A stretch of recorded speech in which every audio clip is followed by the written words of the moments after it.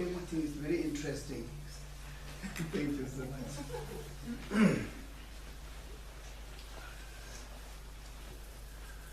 You never did it, you're the ginger, we and the ball of the other one, the ball and every bottle of my what you read them out in yellow.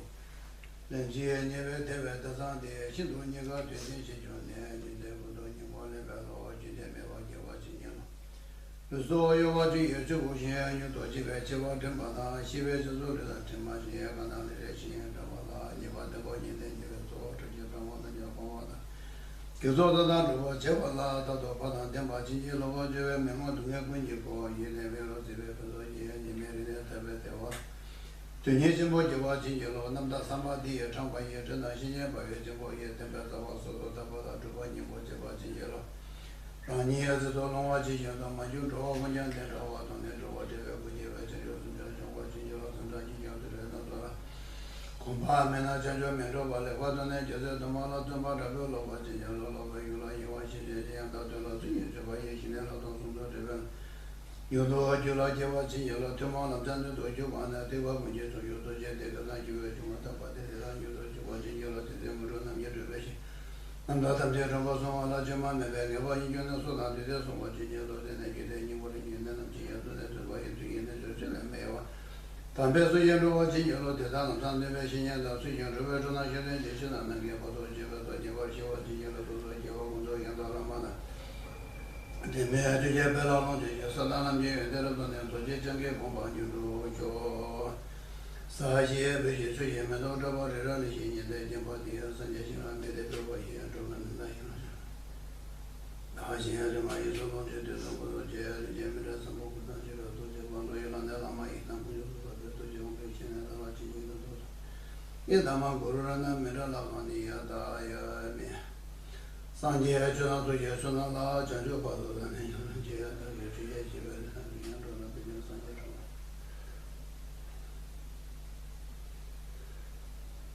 सांझे चुना तो ये सुना ला चंजो पादो नहीं रोना बिना सांझे रोना यो तो ये चुना तो चंजो पादो नहीं जो तो ये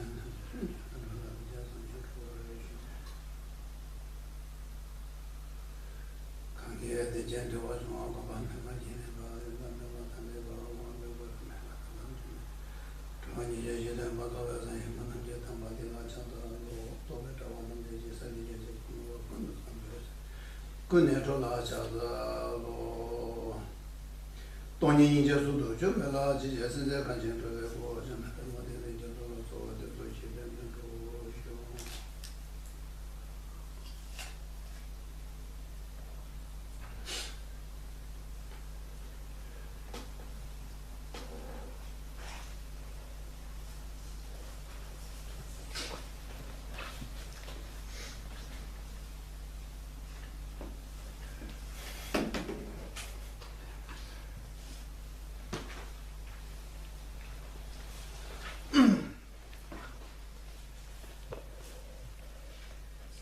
timing, maybe we have to have a short break after 1.5 hours, after 15 minutes. That will be from 10 to 11:30, and from 11:30 to 11:45 break, and then from 11:45 to 1 o'clock. And then maybe after that, then we can have a longer break, about 1 hour, yeah, in the 1 to 2 o'clock.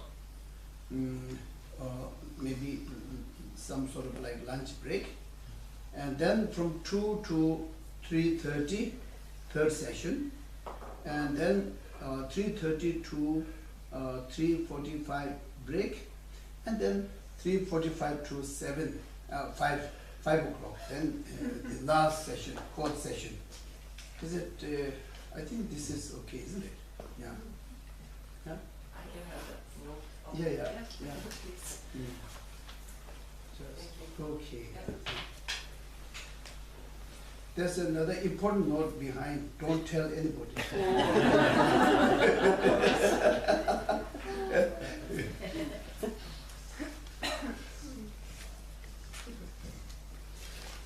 Okay. I prepared a little bit.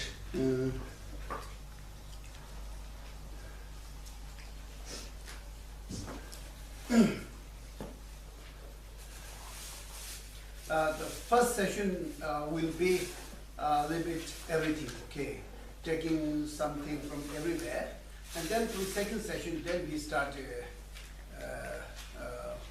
cultivation of Bodhicitta, equalizing the exchanging method. Maybe it will be finished within one session, and then after the session, two sessions will be this 7 causal effect, how to cultivate Bodhicitta. That will take a little bit more, because first thing is I have to try to establish life after and life before and all these things. Then only we can practice that every session will become my mother like this. So this way, I think after those sessions will be 2 sessions, all the 2 sessions will be focused on the 7 causes and effect.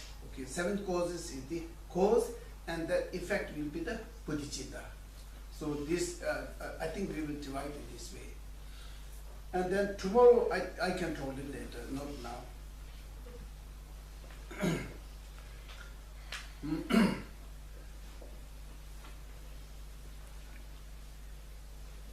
Now, normally, if we are intending to practice whatever we teach today or tomorrow or yesterday, if we are really intending to practice, okay, to try to change ourselves to a better human being, having a better quality of mind, okay, and that is the mission of Buddha.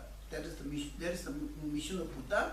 So now, yesterday, of course, I didn't ask at the end, but I think I can say that this center looks very nice. It has a very good atmosphere. And then many of you look quite serious, you see, very serious. So in this way, I will try to teach from the perspective of how we can practice, okay? Not just like taxing everything what I know, but try to teach how we can practice. And then we will be, at the end, we will be a little bit better human being. The good human being is needed everywhere, you see, everywhere, as I explained yesterday. So, aiming for that, and if possible, yes, according to the prayer what I was reciting, says that ultimate goal will be to achieve enlightenment for the sake of every sentient being. But then we have to, if we wanted to go to Stockholm, and then we can't jump directly to Stockholm, you see. We have to start from somewhere here. Either go to the airport or to train station or bus station or rent a taxi or ask someone to drive. Then only we will reach there, you see. So there's no shortcut to enlightenment. So all the procedures has to go according to the teachings. Because of this,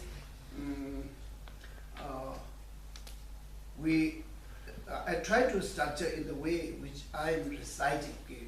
First, verses says that this important spiritual teacher that we live today, this time we live. So we don't know anything about spiritual teacher. Okay. The second verses is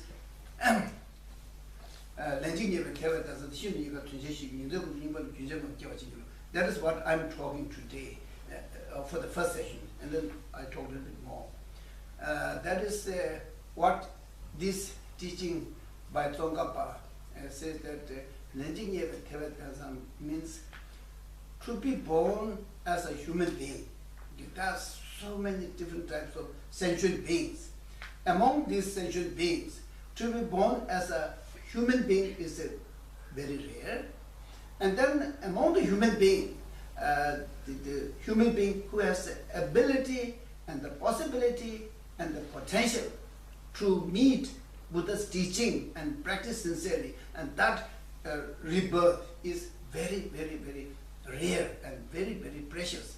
Okay? And that now we have achieved, okay, that sort of human rebirth. Now we are here. I'm trying to teach about Buddha's teaching as nice as possible, okay, according to my limitation. And then you are here, okay, maybe today is sort of like holiday, it's the weekend, and then tomorrow also is holiday, but still you sacrifice your holiday and come here to listen Buddha's teaching. That itself is a big thing. So in this way, I think you are a good vessel. Okay? If there's something we can put inside, I think you are a very good vessel. Okay? Because of this, I can say that your rebirth as a human being has all the qualities needed to practice Buddha Dharma. Okay? And that type of human life is very, very rare. Okay? Very rare, and it's very difficult to achieve. According to Buddha's teaching, to be able to achieve that sort of life, it is so difficult. Why? Because first thing is it has to have a huge good karma to be able to born as a human being. And then it also need to maintain a high morality to be born as a good human being. And then with this, and then also huge good dedication prayers combined together, and then makes us to be born as a good human life, having so much opportunity to do many good things.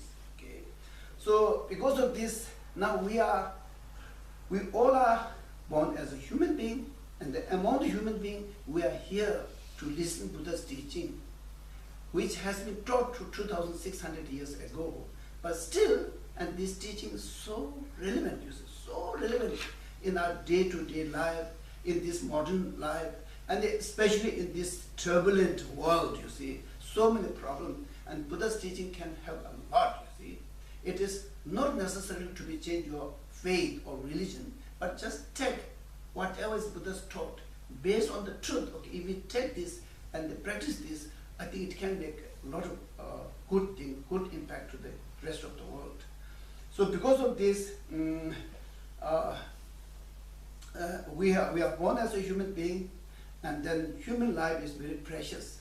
Why it is precious? Because it has so much potential. Okay, and then now we have to think very carefully. Okay, and now we know that human life has so much potential. So now, which way we really wanted to use the potential? Okay, out of 24 hours in a day, 24 hours a day, how many hours you really wanted to practice so that your mind will be changed to a very good mind, and your life will be changed into a good life, and your life will be very meaningful, and your existence will be very meaningful, and you will exist as a source of happiness instead of, you will not exist as a source of suffering or problem, you see. For that, we really have to try very hard to listen to Buddha's teaching, teach Buddha's teaching, and try to practice, the most important, try to practice, so that slowly, day by day, week by week, month by month, year by year, you will change slowly, a better human being. And then if there's enlightenment, you will definitely achieve enlightenment, okay? Now, of course, this is a little bit too far, but still, we have to aim, okay, aim. Why? I think I go a little bit backward. When Buddha was, of course you know this, Buddha was a prince of a small kingdom between Nepal and India, okay? And he was born as a prince called Siddhartha. He was born. And then his father and his ministers and everyone wanted him to be the successor. They wanted him to be a king in future. And they really protected him, and they provided all the worldly facilities, enjoyment, pleasurable things, you see. They provided everything, and they didn't let him go out of the palace for certain sort of age till he really matured. And they also had some sign that he might not succeed the father. Okay. In this way they protected. But then this young prince Siddhartha thought that, okay, I think if I remain just in the palace, I think this is not reality. I really have to see what is going on around my kingdom, you see. As a king, I have the responsibility to after the subject. So in this way, one day he almost like escaped. Quietly he escaped with one of his friends, went out. And then he saw 4 different sights, okay? One was old man, and another one was sick, and another one was dead body, and another one was like a renounced, like wearing this yellow type of clothes. So 4 different things. As soon as he saw this old sick person, he said, "Oh, this is very serious, okay? And everybody gets sick, isn't it?"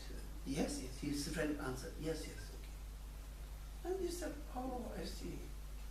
This is a big question, you see. This is a big question.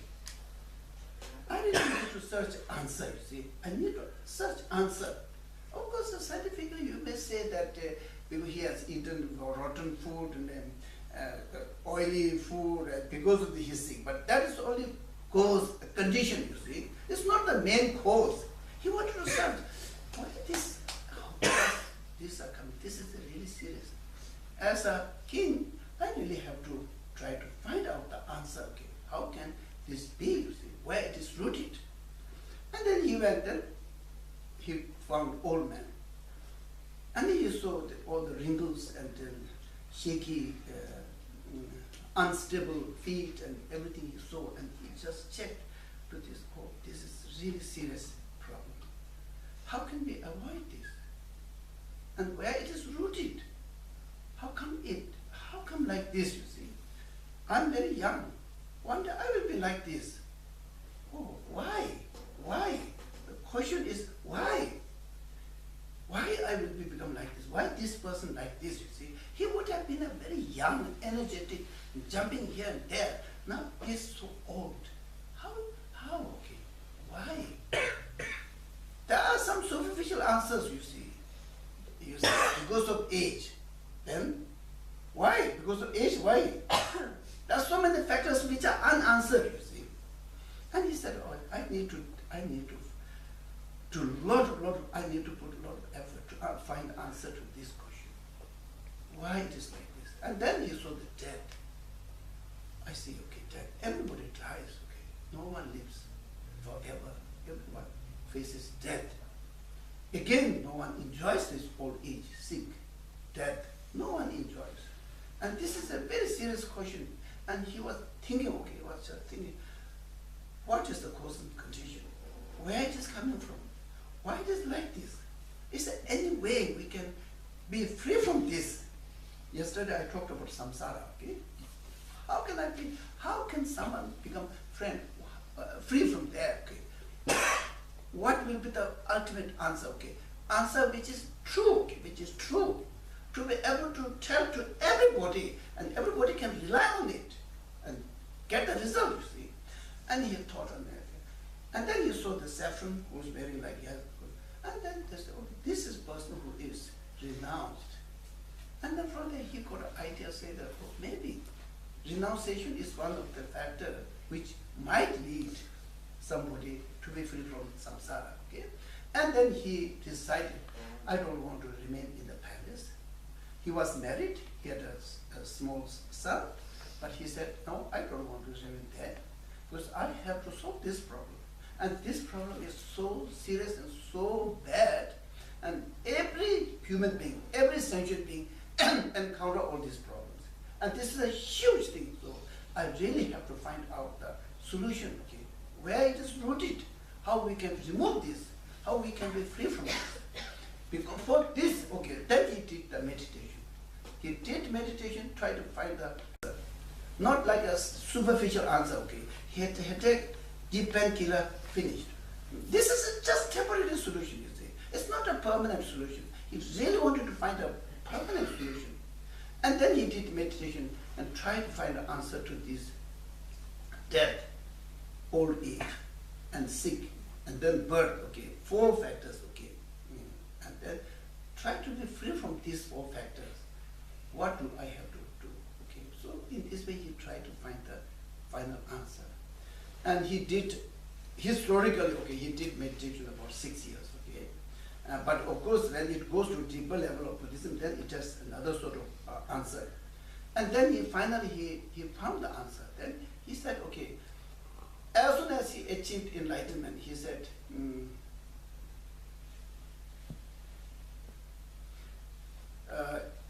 yeah, if it directly translate, roughly by translate, now I found the answer, which is pure sort of nectar. Okay? But then to teach this, who will understand? Who will understand? Okay. First, who will listen?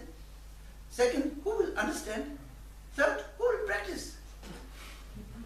Okay, now I wanted to go to the forest just to stay in my meditative state, in a blissful way. So he remained 49 days just in the forest, meditated on this. And then some other outer factors came, and now there's enlightened being on this planet. Okay, now you have to turn the Dharma wheel, means you have to give the teaching. And he exactly know where he has to give the teaching and what type of teaching he has to give. So he gave first teaching in Saranath based on what? Four Noble Truths. The first words came from his mouth was suffering. Okay, suffering. Birth is not easy for the baby, for the mother. Okay, and some fathers also so worried. Just recently, one of our very good friend who came to from Northeast India to meet us in Delhi, and his wife was pregnant. As soon as he reached there in the evening, and the early morning she become she is going to be delivered, you see, and he was so worried. He was just the first baby, so he was crying. She had a lot of pain, and he was crying helplessly. And then some other friend went and they helped and took to the hospital and delivered nicely. But that is the starting of our life. Baby never comes, okay, out of mother's womb saying, ha ha ha, no. Always coming, like this, you see. I think it must be not so easy, you see. It must be painful, you see. Otherwise, this baby would have come like very happily, even not laughing, but smiling, you see, at least. Oh, okay, interesting things everywhere. But it is not, you see. And then starting from there, okay, deliver, okay, now. But starting from there, then it's really aging, okay. And then during those times, we get sick. Sometimes fever, sometimes headache, sometimes dysentery, not eating properly, not sleeping properly. All mothers are suffering a lot, you see. And baby also is suffering. And then like this, it's a long process, and then we slowly get old. And on the way we get sick, we get old. And one day, and then we have to say goodbye to everybody, you see, goodbye. Even the body which came with us has to leave. And whatever we collected, house, our bed, our table, our chair, our mug where I drink tea or whatever, okay, rings, jewelry, earrings, which we like and collected, and then bank balance, everything has to be left behind, has to go, just totally like taking a small sort of things out of like butter, you see, and it has to go. And so that is the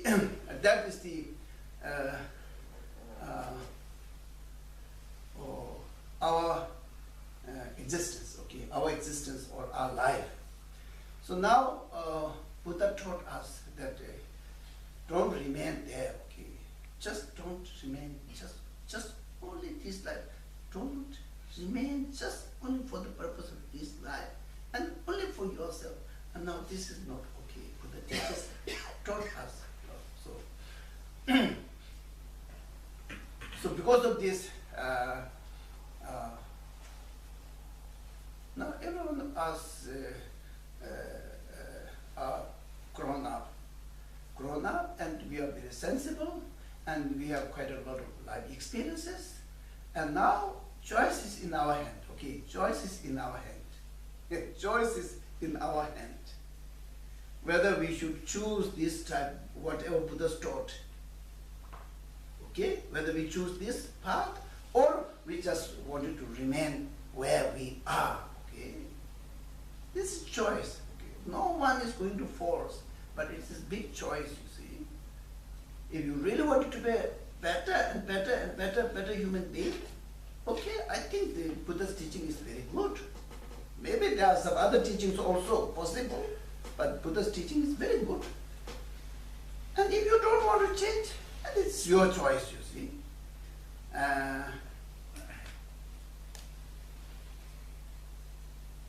No, I don't tell any story. Never finish.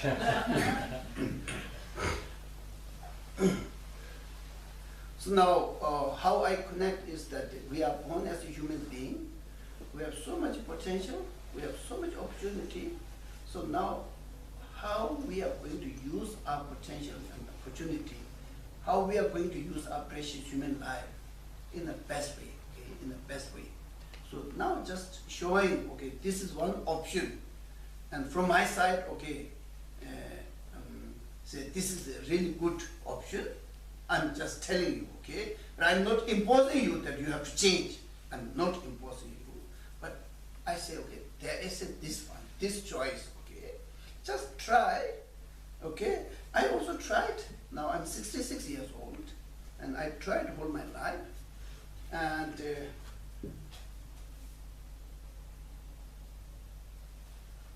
I really don't have any regret. And sometimes I feel so happy that in 1964, we were about to go to Switzerland. Whole my family. Our group was about 120, and all the children were sent to the school, but all the family was sent to road construction. And from that group, Swiss Red Cross chosen about 100 Tibetans. And among them, my parents were also there. So my parents were also enrolled, you see. But then my mother sick, became very, very sick, seriously sick, almost like she will not alive. She was very sick. Because of this, and we couldn't go. If my parents went, then we will be also taken to Switzerland, you see. At that time, I thought, oh, we missed a very good chance, you see. We missed a golden chance, okay. At that time, when we were in school, we thought in this way. Now I say, oh, that was very good, you see. That was so good, you see. Okay, if I immigrate to Switzerland, then I might have married. Maybe I might have a few children. Maybe I might have a good bank balance. Then what?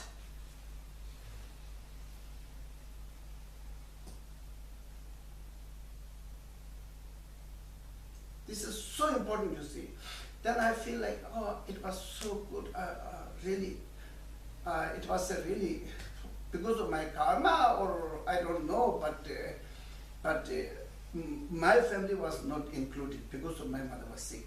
And from there, and then I was able to stay in India, and I was able to study Buddhist philosophy, and I received many, many teachings, and oh, that is very, very good, you see. So I feel like that was like a turning point in my life. And then I had a very good chance. I'm a very good Thanga painter, you see.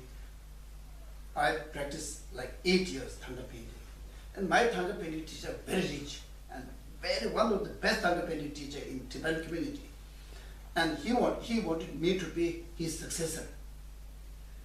If I say yes, then I would have inherited all his property and also his knowledge. And I would have been a rich Thanga painter, okay? Maybe I might have some disciple or student. And then, yes, that was my, I had the chance. He offered me, said that you have to succeed. I said, no, please, no, I wanted to study Buddhist philosophy. That is because of an old man who really knows Buddhism, but he's very, very simple. He was telling all the stories and philosophical things and all the great Geshes and high teachers and that was so impressed me. And because of this, I didn't accept this offer. And now I feel like that was very good, you see. I was in class 11. After class 11, then we finished the schooling. And then after that, he said, okay, this will be your profession. And this will be your profession, and everything belongs to me. It owns belongs to you, okay? But I didn't take, and I went for Buddhist studies. It was not easy. Buddhist study was very, very difficult, you see. Oh, very difficult. Foods were very poor, clothes are very poor. Everything was really just, monthly we get 15 rupees, okay? 15 rupees as a pocket money where we have to buy clothes, soap, all the toiletry items we have to buy out of this. 15 rupees, okay, monthly. That's all our income, okay? And then we have to work very hard, early in the morning till late evening, like 11 o'clock. For 8 years, okay, for 8 years.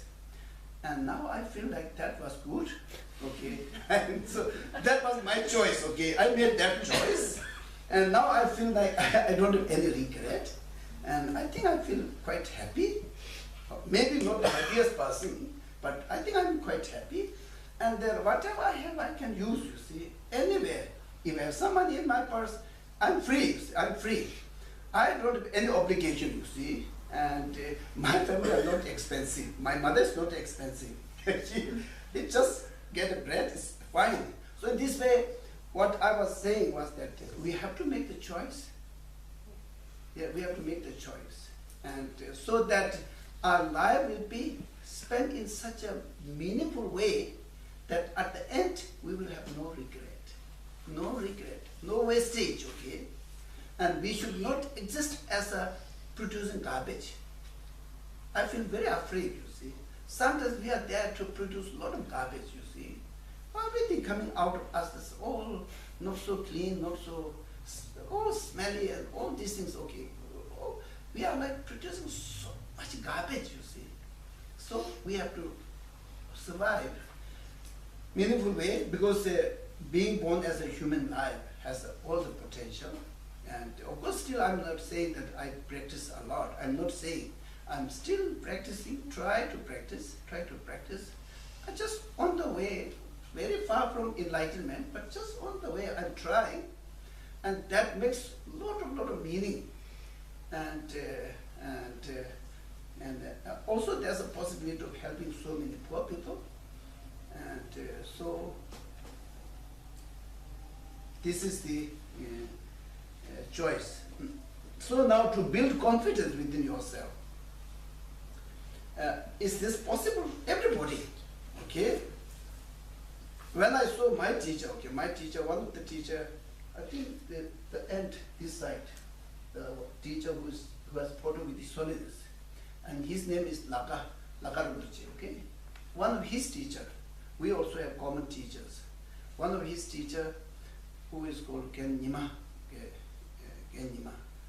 very profound teacher, and he used to give some short advice, okay, short advice, and one day at that day he was teaching philosophy to us, and he had an audience from his Solen Dalai Lama, and then he came out of this audience, coming, and then he entered into our classroom. Okay, he was very angry.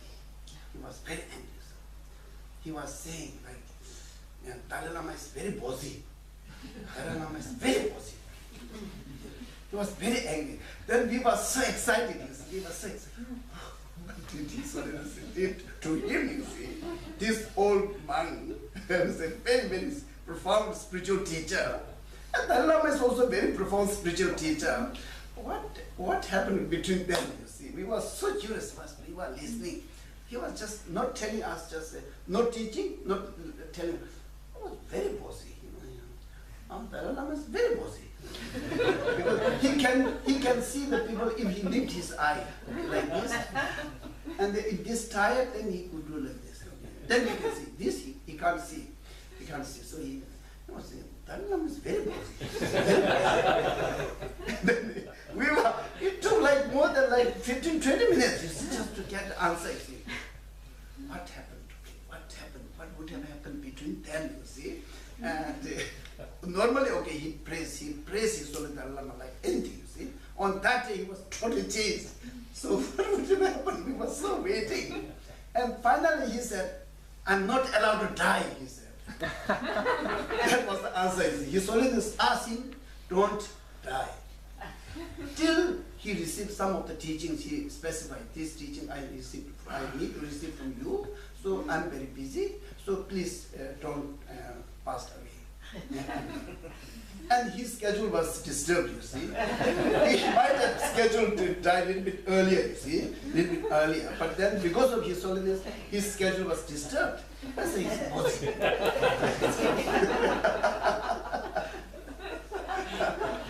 so he really stayed. He really lived exactly whatever His Holiness wanted to receive teaching from him. He really remained alive.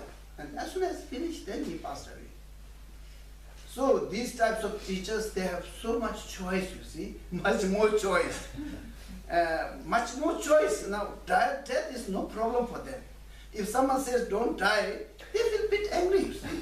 We will be afraid. If someone says don't die, and if His Holiness says don't die, I will pray for your long life. We will be very happy. Because we are afraid, you see. We are afraid. So just see, inner confidence, you see, inner confidence. If we really practice sincerely, you don't need any level, okay? You don't need any level of Lama or Geshe or Ringan. You don't need anything level like this, okay? You can practice where you are, okay? If you are John, you can practice as a John, you see? And then if you are a Peter, you just practice as Peter, you see? You don't need any sort of level. Many of the Westerners, they think that I can't practice because I don't have Geshe degree. I can't practice because I'm not a Lama. And this has nothing to do with this, okay? They become Lama because they practiced. If you practice, you will become Lama, you see. If you practice, you will become enlightened, you see. So don't make any excuses, okay? Don't make any excuses. Just go on practicing, okay? Just go on practicing. Just go on practicing. Whenever there's a chance, wherever there's time, okay, just go on practicing. In your working place, in the trains, or in the flight, or with the family, or wherever you are, just go on practicing, okay. And then if you are able to renounce, of course this is very good, but I'm not imposing you to renounce, or I'm not saying anything about you have to leave your home. I'm not saying, okay, I'm a little bit against this. So you have to remain where you are and practice. Tirelessly you have to practice. Don't make any excuses. Because we are very busy. Our society is built like this. Our country is so business-minded, and then we are busy. We wake up, So don't make any excuses, okay? This is garbage. Don't make any. If you are busy, you made it. You made it by yourself. If you are busy, you made it. You have to choose. You have to decide. Even if you are busy, there's a chance, you see. There's a chance you can practice, you see. Every time. Unnecessarily going to the kitchen, coming back, and bringing 1 cup of coffee, and then need to go to the kitchen to bring bread. Oh no, I forgot the butter, and then go to the kitchen, then bring a butter. Oh no, I forgot cheese. So I have to go to cheese, pick up cheese. Or I forgot a spoon and sugar, so I have to go. In this way we waste time. And then we become very busy. just don't do this, okay? Your profession you have to perform, okay? Your job you have to perform. But you have to use your time in such a way that in between you have enough time. In between you have enough time. And you have to train your mind to stay a little bit longer in the evening. You have to train your mind to wake up a little early in the morning. And in between, there's a lot of time. So, okay,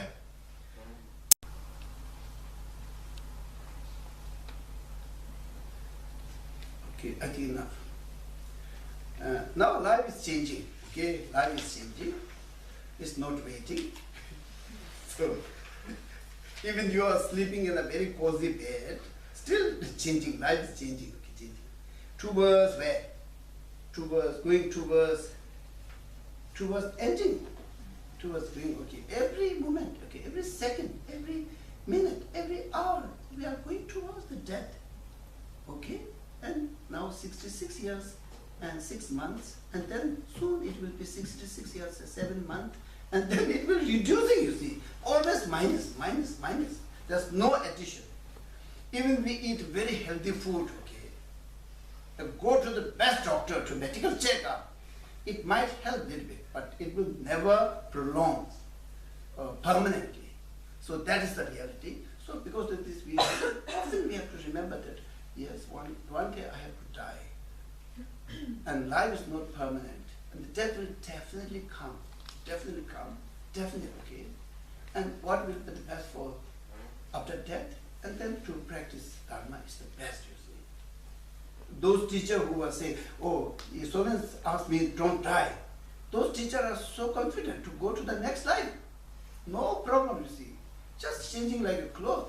This old garbage type of body has to be removed and to be born in a new, young baby, fresh. No problem for them, you see. We also have to do like this, you see. You really have to develop inner confidence that this practice will be the best after death, okay. Before dying, you will feel that, oh, okay, no problem, okay, no problem. Yeah, no problem. I think just go to the next life happily. And then this is the way to go higher and higher to achieve enlightenment.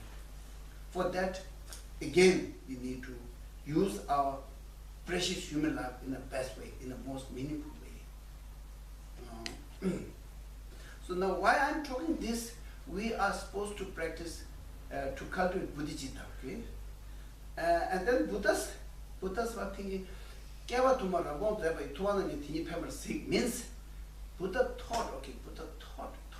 He started from these four incidents and started from there, and he thought that which is the best to contribute, to help, or to do something for the welfare of other sentient beings. He thought eons and eons and eons, and then the final answer was Bodhicitta.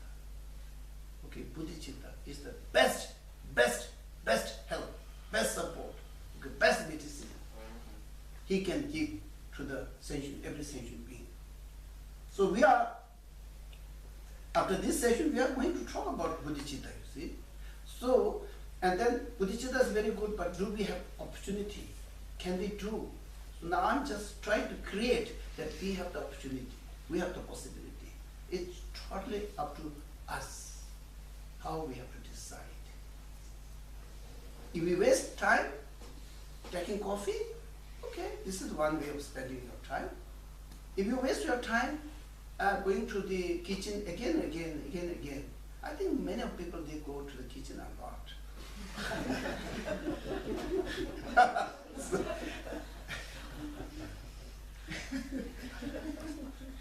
kitchen is one of the best place to go. I have a very sweet friend in Belgium. They're a couple, and they are quite heavy. They were quite heavy, you see, very heavy.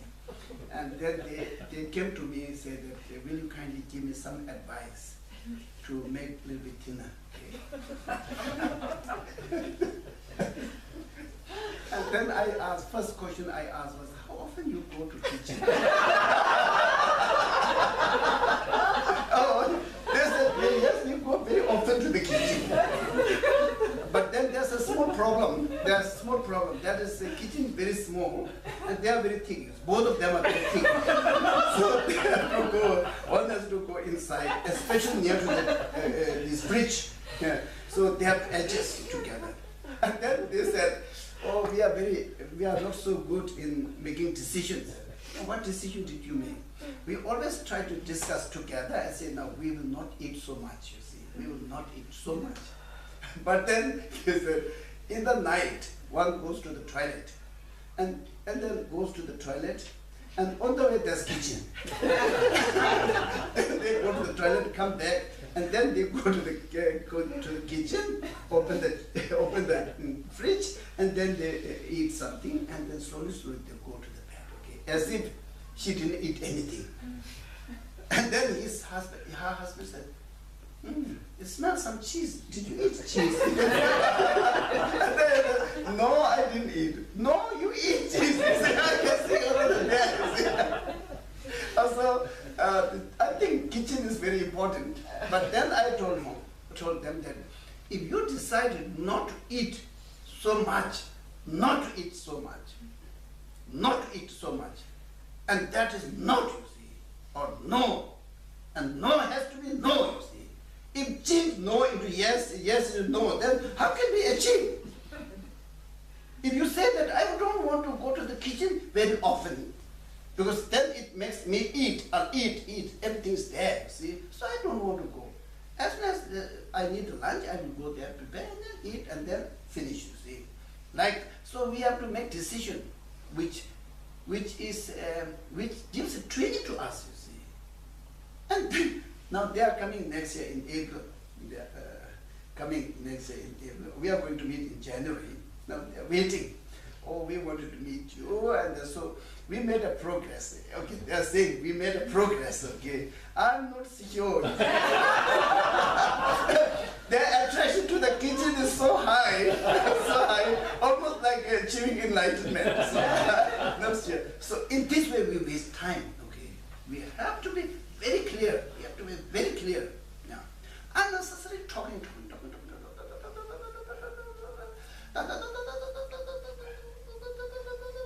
Talking unnecessary. Don't talk. What is the use, you see? We are talking. I talked about 66 years, you see. Every day I might have talked a lot. If everything is recorded, it might have filled with this house, you see. Where's the purpose? It's all garbage, you see. So we need to decide what to talk. And then we thought a lot. Again, so many things, so many ugly things, you see. Instead of this, filled with some other nice things in the mind, talk some nice things, do some nice things, meaningful things. So this way, you will be able to use precious, very precious human life in the best way. Okay? And then next year when maybe if I come here, then next year I will see all of you are Bodhisattva, become Bodhisattvas. So, all of you are Bodhisattvas. At least you see, I can see some difference, you see. I will also try. Next year when I come, I will say, I really tried. Yeah, I made a small change, you see. Did you make some change? And you say, yes. We did exactly what you told us, so we made some change. Then you will be very happy. Our gathering is meaningful. Otherwise, it's almost like a punishment, you see, sitting cross-legged all day. And it's not so easy, you see. Yeah.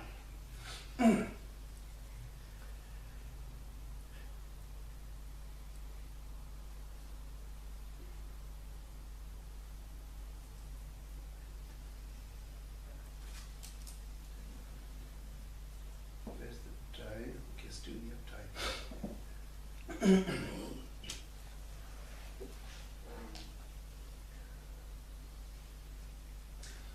By thinking precious human life, you will gain a lot of confidence. Okay, confidence means I will be able to practice this, and I will be able to cultivate bodhicitta, and I will be able to cultivate the wisdom, and I will be able to achieve Buddhahood for the sake of every sentient being. Because this human life has so much potential. Through this practice of understanding of precious human life, and you will build a strong confidence that I will be able to do it. I will succeed. See? I will be able to change. Okay? And then by thinking this life as impermanent, then this will accelerate your practice. This accelerate means it will intensify your practice.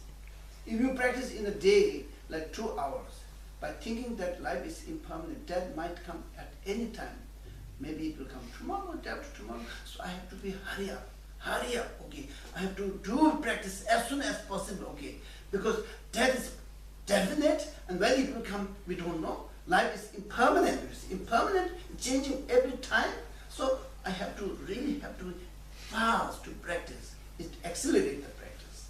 So understanding precious human life gives a huge confidence within you, self-trust or self-esteem. And then by understanding, but even if it's a very precious, but still it is impermanent, by nature of the permanent, it will teach us to intensify or to accelerate your practice as intensive as possible. So these two factors are very important, okay? And then as I told you in very simple way, but then according to Tsongkhapa's text, in nutshell I told, okay, tenjonye ka tselo noma ba yila kumbe tselo na sheto, lende milu koya de nona yayansan de chimen na sheto, you should not be attached in this life, okay? You should not be totally attached in this life. Yeah, just I put example as kitchen. You see, there's so other things, so many other things. We are so attached, and of course, sometimes I feel very painful to leave my old mother. I'm just living, staying in Dharamsala only about 25%, and 75% I travel. And so she's 93 years old. She really loved me. Okay, I also love her. She really, really loved her. When she hears news that I'm coming today, then she becomes like a small baby, you see. It's like she's so restless, you see.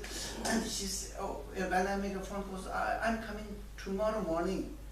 And, tomorrow morning at what time? I said, 10 o'clock. 10 o'clock, is it 10 o'clock? Okay, then she wakes up very early. And then she glows, now I'm very happy, you're coming 10 o'clock, you see. It's very touching to leave her and come to the West for 1 month, sometimes 1 month and a half, sometimes 2 months, you see. It's very difficult for her, but she's very fragile. At any moment she will be no more there, you see. But still, I should not be so attached to her, because then I can't do so much, you see. I have to detach her, and yes, she has a nice place to stay, and she has someone to take care of her, and that is, I think, I have to say that this is enough for her. I have to go because I have so many other responsibilities for the welfare of poor people, and I have so many things to do. And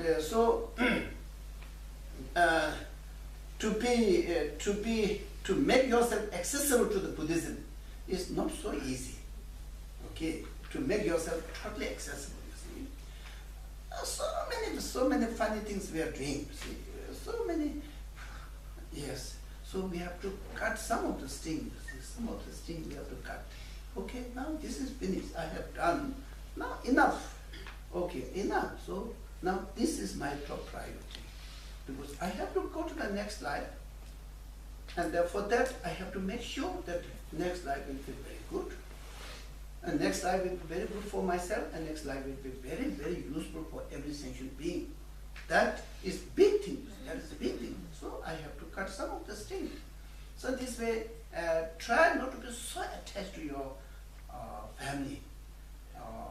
Try not to be so attached to your children or grandchildren or whatever. Okay, of course they are nice, and they just meet and say hello, and give some gift and spend some time, but not so attached, you see, because it doesn't help them, and instead you waste your time. So you need to practice Dharma for the sake of every sentient being, not only a small group of people, you see. Yeah. So these are the instructions. Okay, instructions of. So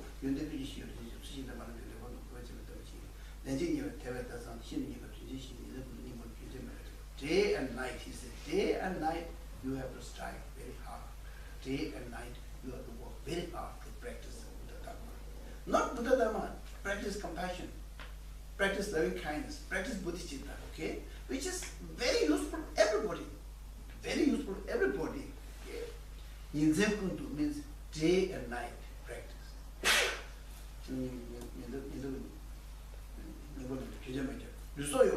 That I taught, okay? Means the life is like a bubble in the water. It can collapse at any time. Okay? The death will come. Okay? And Shiva means after the death, whatever good karma we earned, whatever development we made for the mind, that will follow in the next life. And then otherwise everything will be left. Sometimes I have one mark which was given by one of my old friends from England. So I used this maybe more than 15 years. Now it's some outside are coming like peels. It's peeling like some layers. It's plastic, and it's old, and now it's coming out. You see, and inside it's all like because of tea. All inside is like black. You see, like black, and so I just looked at this mark. This mark, I have been using this for more than 15 years. And when I die, this mark will there, you see, will be there. And maybe my family member will say, this is my Prabhupada's mark. Maybe they will remember me. And then when they remember me, I think we have to say that they can remember that this person who was using this mark done a lot of nice things. A very kind person, very nice person, very helpful, very, very, very supportive to everybody, okay? And then this mark gives some information, you see? Otherwise, this mark I have to depart. It is nice one, it was nice one, and I have been using, and maybe I have some attachment to this, but still, it just will be. And then including my body. So you are choosing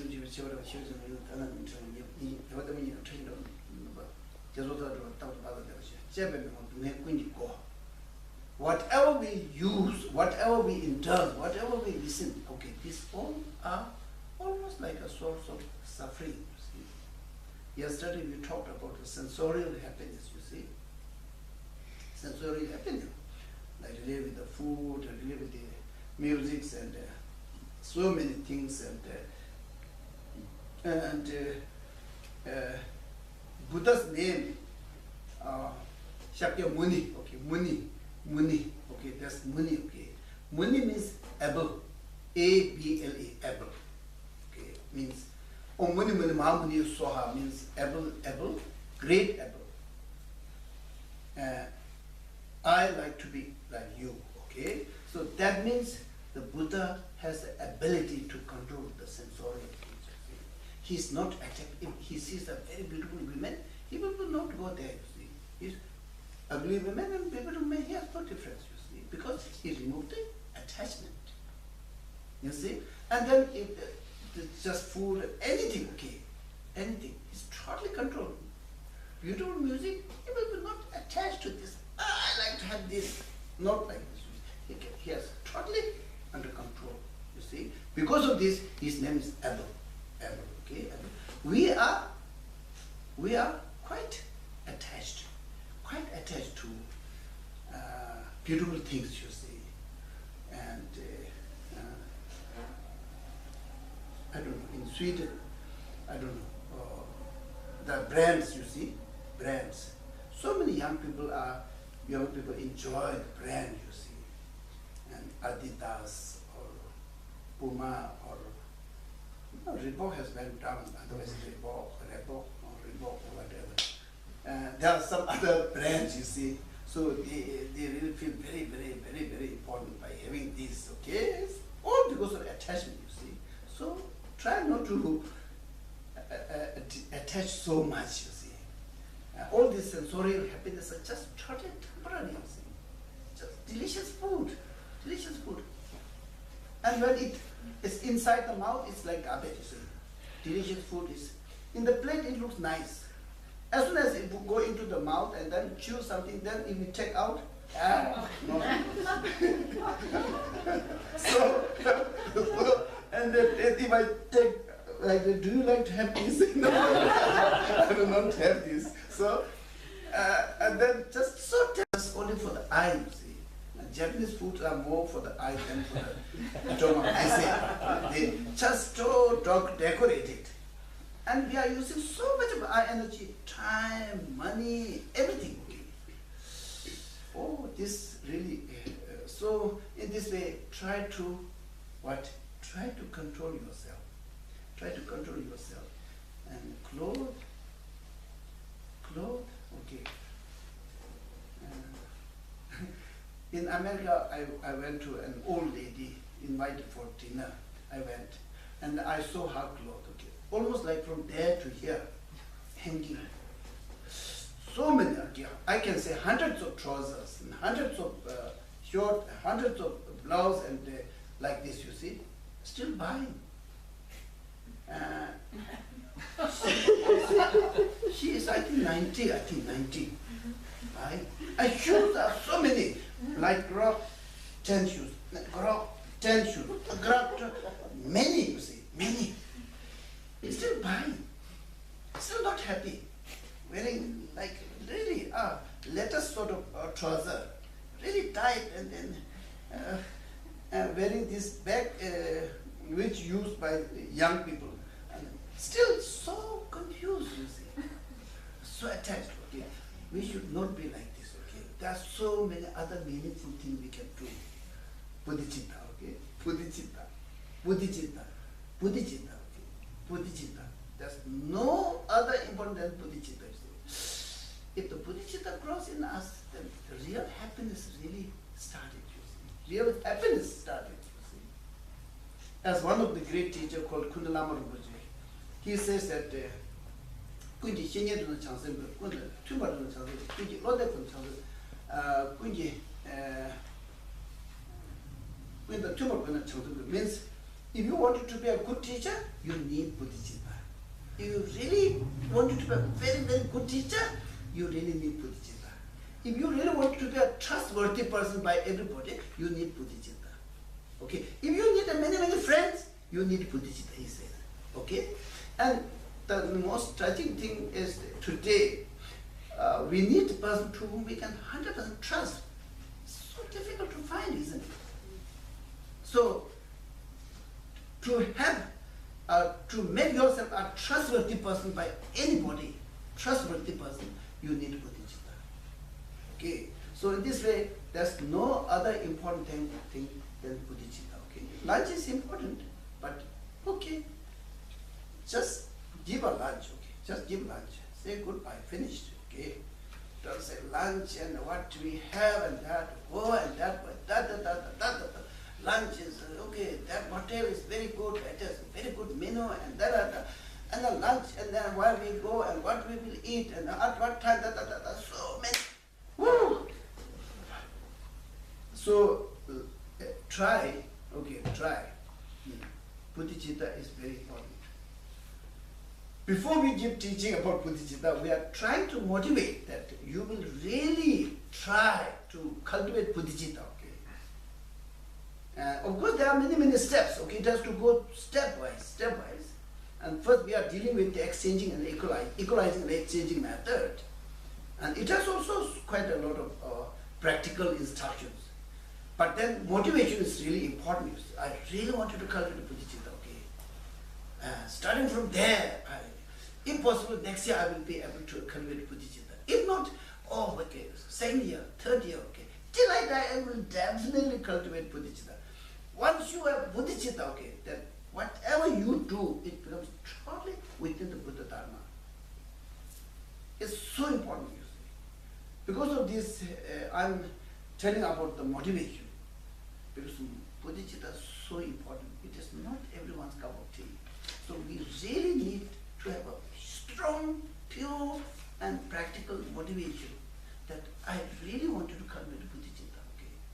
Then whatever teaching we give, it makes some sense, you see. Otherwise, blah, blah, blah, blah, okay. Yeah? So, some few questions, and then we break, and then we talk about Bodhicitta. Maybe you are more excited to listen about Bodhicitta.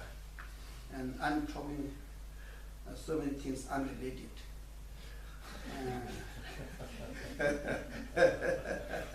Okay. Some questions?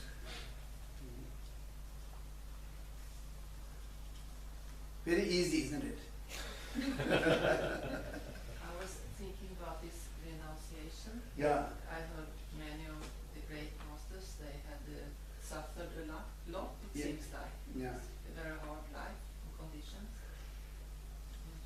Is it like necessary to Suffer. yeah, to suffer before make this decision to really, now it's enough. I want to go in a better direction. Better direction means? That's suffering. Better direction means Yeah. to renounce. Yeah, to Oh, renounce. yeah. To have a happy life. Yeah. The in Buddhism, there's two extreme way of living. Okay, we have to avoid too extreme living. Okay, avoid too extreme living. Too extreme living is here in Sweden. I think you are having this extreme living of having so many things. You see, you have almost everything. Your life is very, very luxurious compared to in Nepal or in Asia. So you are falling into the extreme line of too much. Because of the too much, okay, then the possibility of practicing Buddha Dharma becomes limited. Okay? And then there's another extreme limit, which is Buddha says that unnecessarily, okay, don't suffer. If there's a purpose to suffer, yes, okay, you do. But unnecessarily, you don't suffer. If I say, okay, I wanted to stand outside for 24 hours, if there's no purpose, why? Useless, you see. If I feel cold, and then I become sick, and then all these are unnecessary. There's no meaningful purpose. So Buddha says that if you really wanted to work very hard, you should have a very, very targeted, clearly targeted, meaningful things to achieve. Then it's good, okay? And even if you want to use a lot of luxury things, if it has a good purpose, you do it. If it has no good purpose, limit it. Yeah. So, unnecessarily encounter so many problems, and then because of this, we can't do any practices. See? And if you use so many things, that is taking this, what is this? We put some in the machine, then we take money. You see, what is this? Card, okay, with Visa card, okay, debit card, credit card, all this, okay, I almost forgot.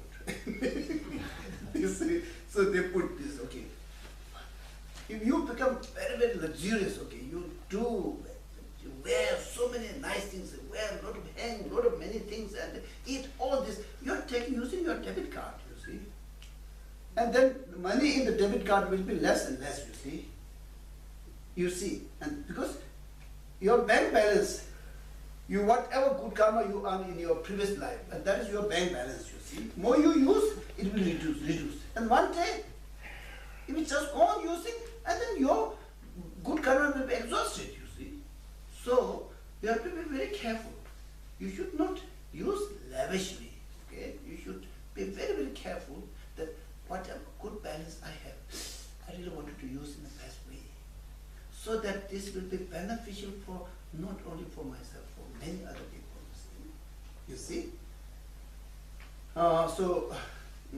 So to be very, very careful, unnecessarily don't suffer, and don't use senselessly. Yes, because all this can make a lot of sense, you see. If you use wisely, everything can make a lot of meaning. See, a lot of meaning. If you don't use properly, everything can be wastage. Yeah? Because of this, many of the teachers, one of,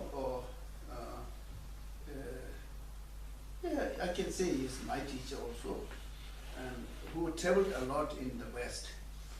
And he wrote a book on Bodhicitta, Chandideva's text, commentary, really big book. And now he's focused passed away. And he stayed in a hermit in Dharamsala, very, very high up there, you see. When we were studying Buddhist philosophy, like second year, third year, we used to go there.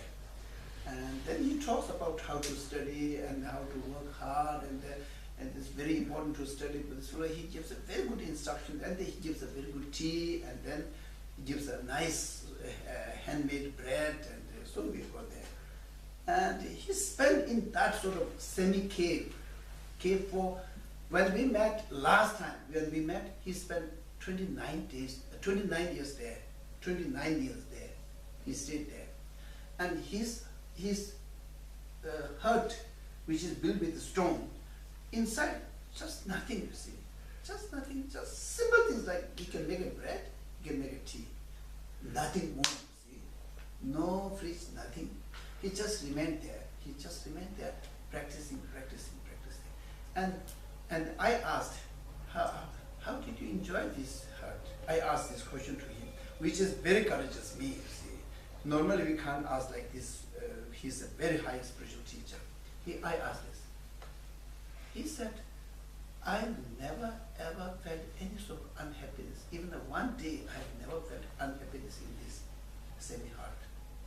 That was his answer, you see. I never felt any sort of unhappiness. Even one single day, never felt. And of course, the facility-wise, very, very bad, you see. He has to go to fetch water. If there's rain, he can take from the roof, but otherwise he has to go to fetch water. Once he slipped and he twisted his ankle, and yes, but he remained there. He said, no one single day he felt unhappy with this house. But sometimes we feel very unhappy, even we are in a very good house. What is wrong with us? I have a friend who is in a very good house. Last year, changed, you see, changed. Why? She said she couldn't sleep there. Very, very good house, okay. And all the kitchens are totally modern equipped, you see. Like this and goes higher and this and then goes down, and then all these doors are like just put a little bit and then come out and put a little bit, and then it's like really don't have to put so much effort, you see. And then housekeeper, so can't sleep.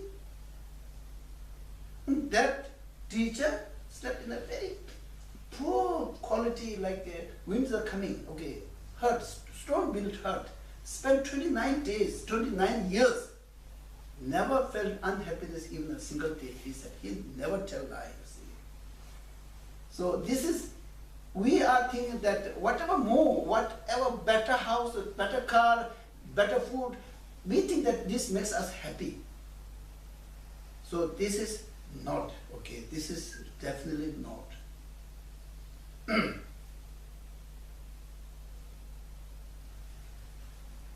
I don't know, I'm saying a little bit too harsh.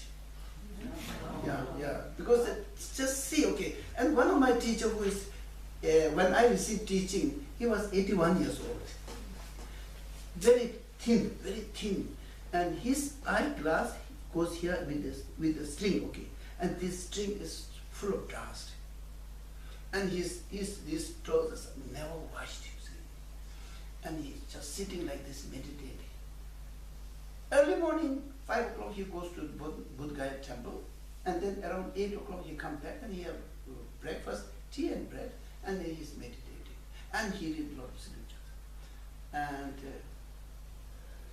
if you see from our perspective, I think he is really suffering a lot, you see. Not a good food, and doing a lot of practice, and the clothes are very bad, house is not clean every day, he never takes shower, like this, you see. But when I received teaching from him, first he said, oh no, you can receive teaching from other teacher who is there, he is much better than me, he said. I said, no, okay, I can receive from there, but you please give me teaching. He said, no, you go better to him, he is a very good teacher. And again I said, please, I wanted to listen teaching from you. I said 2-3 times, and then he said, okay, then you come tomorrow exactly 9 o'clock. Exactly 9 o'clock.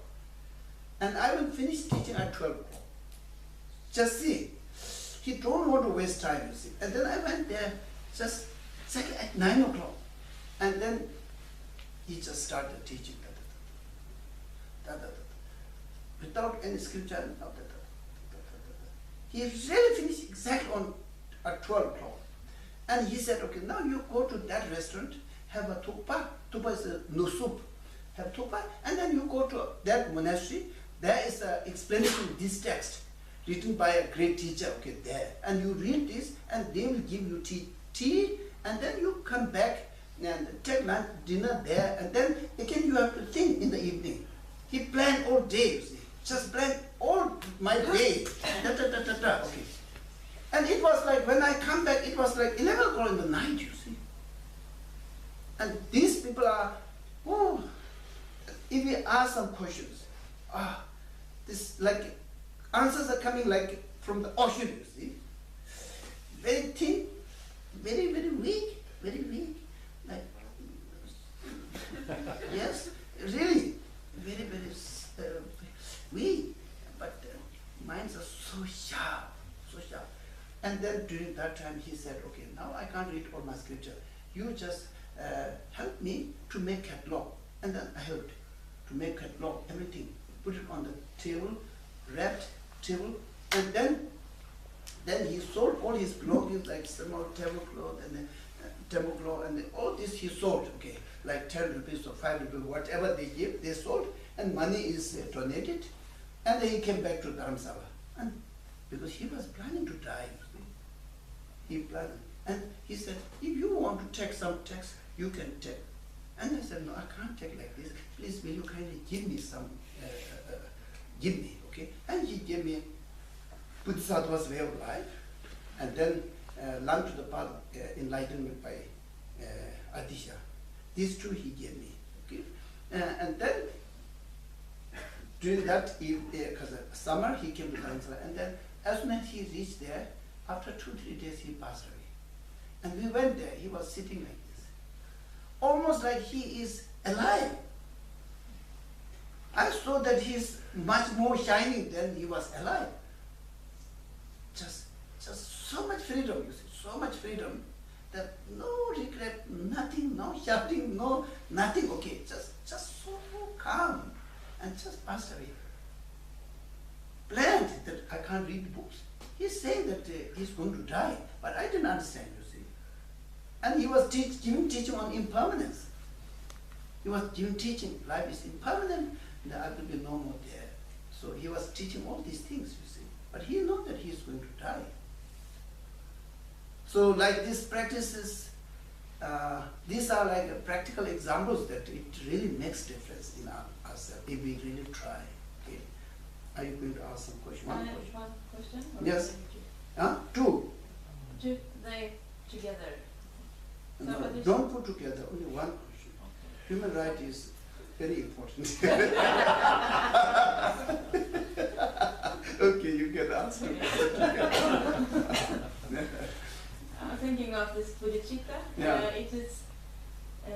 Did you have to put the same effort all the time, or is it like if you get experience of it, then it's easier when it's coming, this plant in yourself is growing, then it's more easy on you.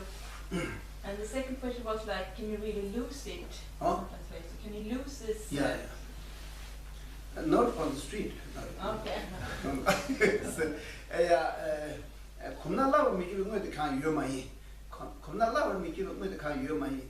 This is one text from Shantideva. Then another text from the Dharmakirti is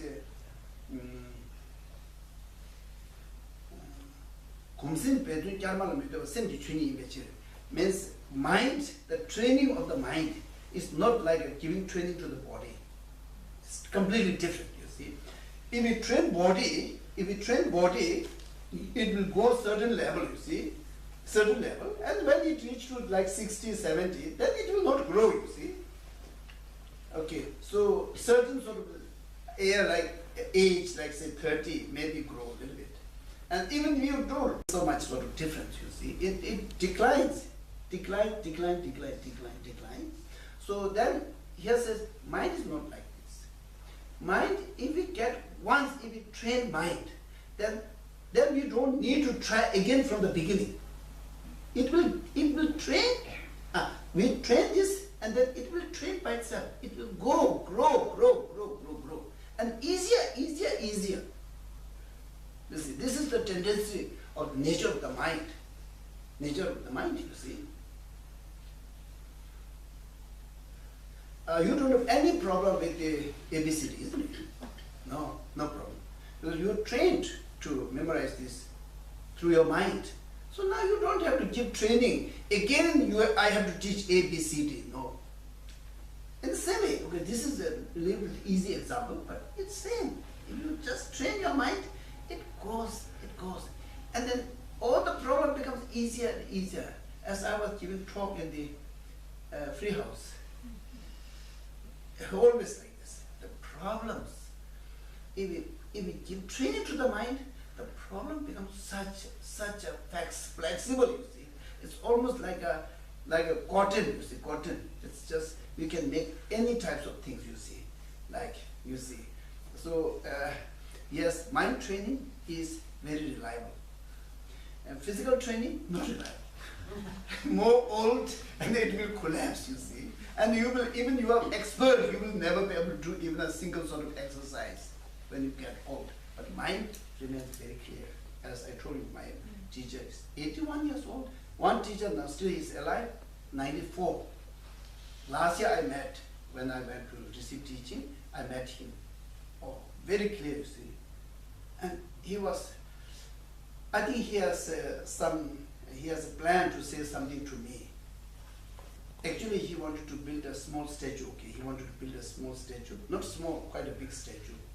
And he wanted to ask me to help. And then when I told what I'm doing, as a report, you see, as a disciple, we report to our teacher. I told what I'm doing. And then he couldn't say. He said it was so good, and I couldn't say anything about my statue. So I was totally said that I'm not going to talk this to him. So he didn't say. Then I came to know through someone else, okay? And maybe I will be able to help a little bit, because he is my teacher and he gives so much guidance to me. And to help the statue is of course, I also earn good karma. And those people who are supporting me also will earn good karma. So I'm just thinking, you see. But yes, my priorities are not statue. My priorities are poor children, old people, and those are the priority. And he knows that, and I think he's not unhappy with me. He didn't say. And I heard from one of his friends say, Kela was planning to ask you to help this statue.